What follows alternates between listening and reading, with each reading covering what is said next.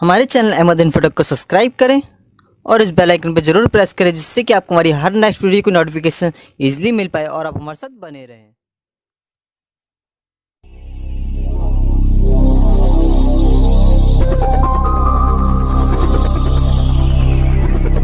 Hello guys, welcome to Ahmed Infotech. तो guys, आज हम कुछ नया करने वाले हैं हमारे चैनल पे।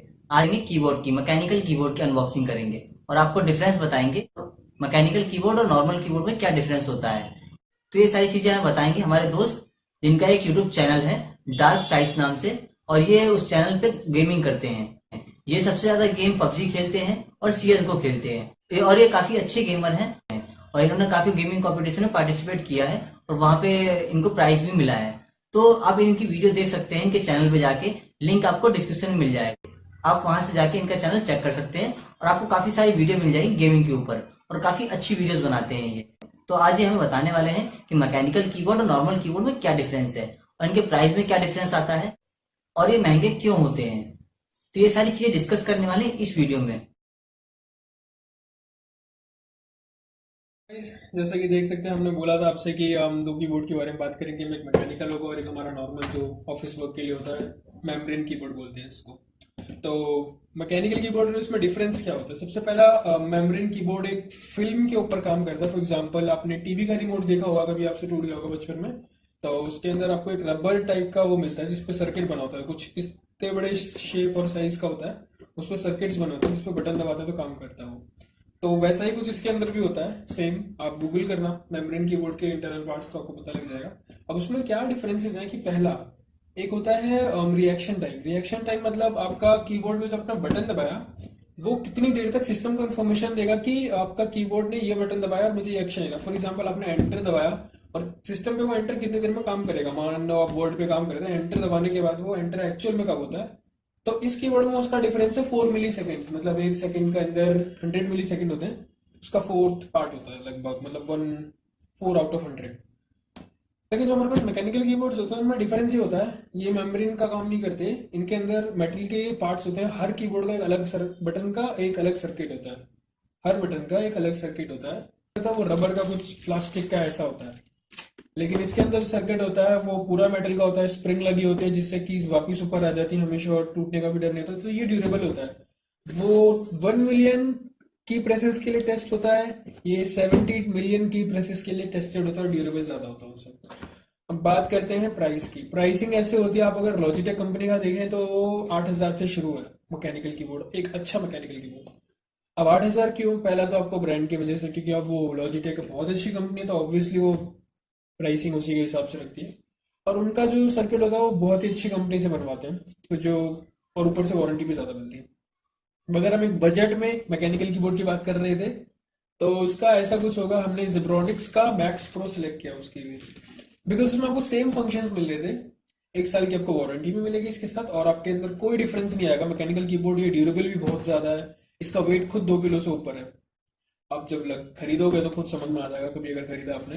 और इसके अंदर में क्या क्या फंक्शंस मिलते हैं हमें, इसके अंदर RGB लाइट मिलती है, हैवी ड्यूटी, मतलब टूटेगा नहीं, जल्दी गिरेगा तो खराब नहीं होगा। 3 कलर की डिफरेंट डिफरेंट लाइट मोड्स मिलेंगे, वो हम देखेंगे जब हम इसे ओपन करेंगे। उसके बाद हमें न्यूमेरिक कीज, मतलब नॉर्मल जो मैकेनिकल कीबोर्ड होते हैं जो गेमर्स यूज करते हैं, उसमें मैकेनिकल पार्ट नहीं होता, ये वाला पार्ट नहीं होता, उसमें सिर्फ इस साइड का पार्ट होता है, तो इसमें ये भी मिल रहा है। सस्पेंडेड की कैप से हम आपको खुद दिखाएंगे ये क्या होता है, इसके बारे में बताएंगे। और heavy metal base, double injection keys, high quality USB connector, इस पे आपका रस्टिंग नहीं होगी, कभी जंग नहीं लगेगा।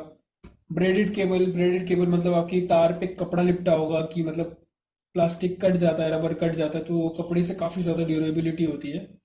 स्टैंड मिलता है अपना और नॉर्मल रबर ग्रिप मिलती है। तो चलिए इसकी अनबॉक्सिंग करते हैं।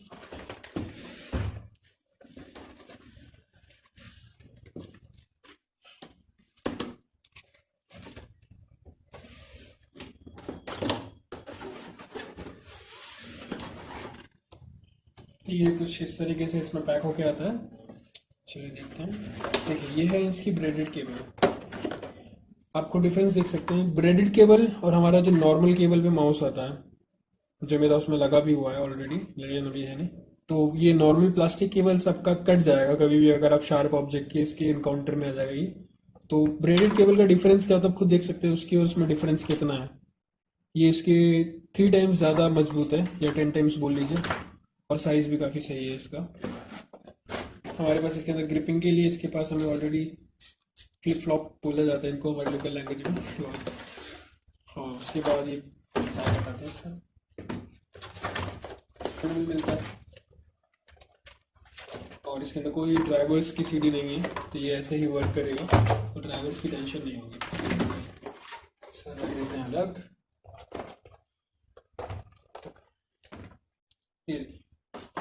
ये है हमारा कीबोर्ड, जिसे हम मैकेनिकल कीबोर्ड।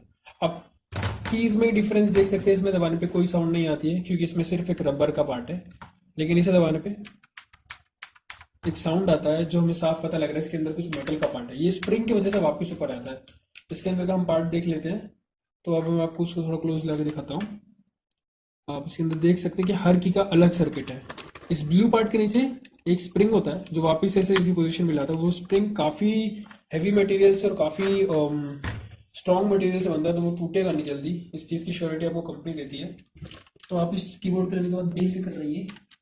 तो ये हो गया इसकी हमारे ऊपर की बातें। और इस कीबोर्ड की एमआरपी आपको मिलेगी 3300। जी हाँ, इससे सस्ता मैकेनिकल कीबोर्ड आपको मिलेगा नहीं। और मैं बाकी उन कीबोर्ड्स के बारे में बता दूं जो मैकेनिकल कीबोर्ड हैं और मार्केट में मिल रहे हैं, या तो उसका नंबर पैड आपको नहीं मिलेगा, वो आपको थोड़ा सस्ता पड़ेगा। जेब्रॉनिक्स की एक और चीज है मैक्स प्लस, वो एक और सीरीज कीबोर्ड की, वो इससे सस्ती है, बट वो अब आउटडेटेड हो गई। तो अगर आप गलती से उसे खरीद लेंगे तो उसके वारंटी के स्पेयर पार्ट्स आपको नहीं मिलेंगे। मैं आपको इसको कनेक्ट करके दिखाता हूँ एक्चुअल में वर्क कैसे करेगा।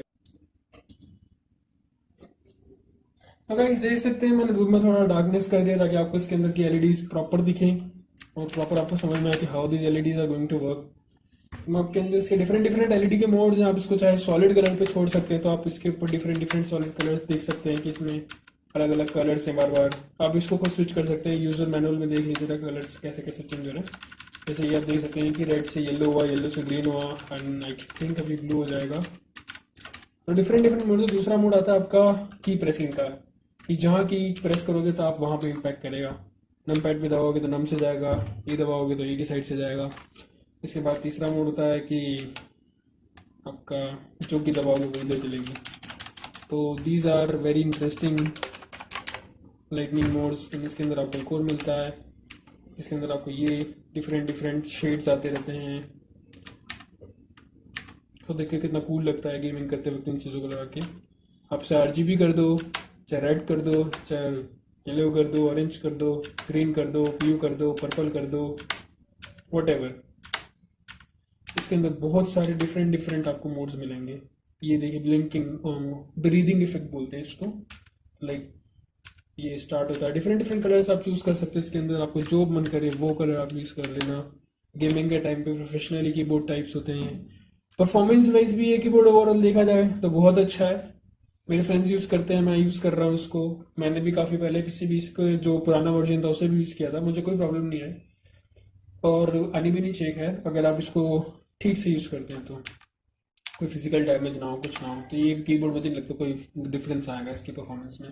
दूसरा वर्क ये है कि आपको देखने में भी कितना अट्रैक्टिव लगता है। लाइक वर्क प्लेसेस पे जहाँ आप बोर हो जाते हैं चीजें करते करते, लाइक वहाँ पे थोड़ा वो बना रहता है सेंटर ऑफ अट्रैक्शन कि हाँ ये कीबोर्ड चलाना है। तो ये डिफरेंसेस थे बेसिक। और ये कीबोर्ड वाकई में बहुत अच्छा है। आप इसे एक ट्राई जरूर दीजिएगा अगर आप मैकेनिकल कीबोर्ड जा रहे हैं। तो मैं हाईली सजेस्ट करूंगा कि अगर आपका लो बजट है 3000 के अराउंड, आप 300 और करिए, उसके बाद आपके पास ये कीबोर्ड आ जाएगा। ये कीबोर्ड जब आप यूज करोगे तभी आप मानोगे कि ये एक्चुअल में है क्या। मैंने जो बताया ये उससे भी कहीं आगे, लेकिन आप यूज करोगे तभी आपको समझ आए। Thank you so much.